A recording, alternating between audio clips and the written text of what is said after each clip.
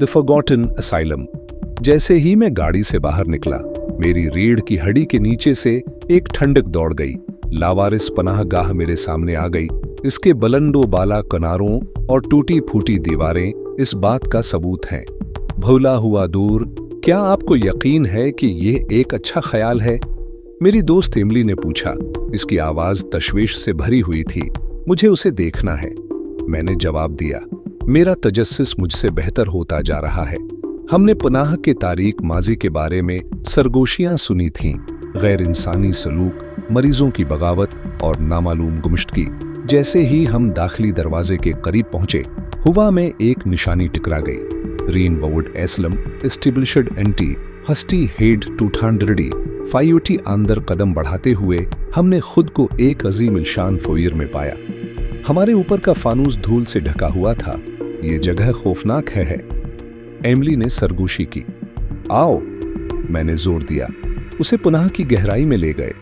हमने कमरे के बाद कमरे की तलाश की।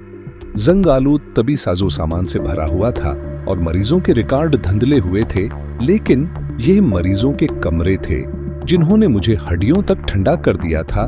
दीवारें तहरीरों से ढकी हुई थीं। इन लोगों के मायूस पैगामात जो यहाँ फंसे हुए थे, मेरी मदद करो, मुझे बाहर निकालो, मैं पागल नहीं हूँ। जैसे जैसे हम गहराई में गए, पैगामात मजीद गंभीर होते गए और फिर हम दरवाजे से ठोकर खाकर कमरे 314 पर पहुंचे, जहां सबसे ज्यादा प्रतिशद्दद मरीजों को रखा गया था। मैंने दरवाजा धकेल दिया और दालान के अंदर से एक चीख गूंजी। हमें एक संगल बेड मिला। फर्श और दीवार पर एक पैगाम, वो मेरे लिए आ रहे हैं।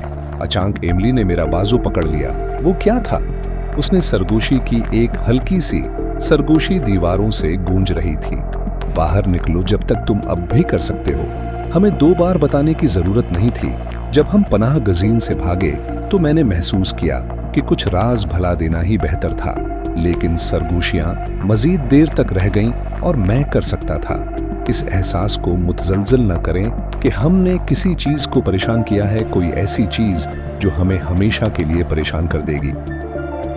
हफ्तों बाद मुझे एक मौसूल हुआ, ब्रासरार पैकेज रीविंग वुड असाइलम रूम 314 से। मरीज का रिकॉर्ड, मरीज का नाम एमिली। मैंने अपने दोस्त को दोबारा कभी नहीं देखा।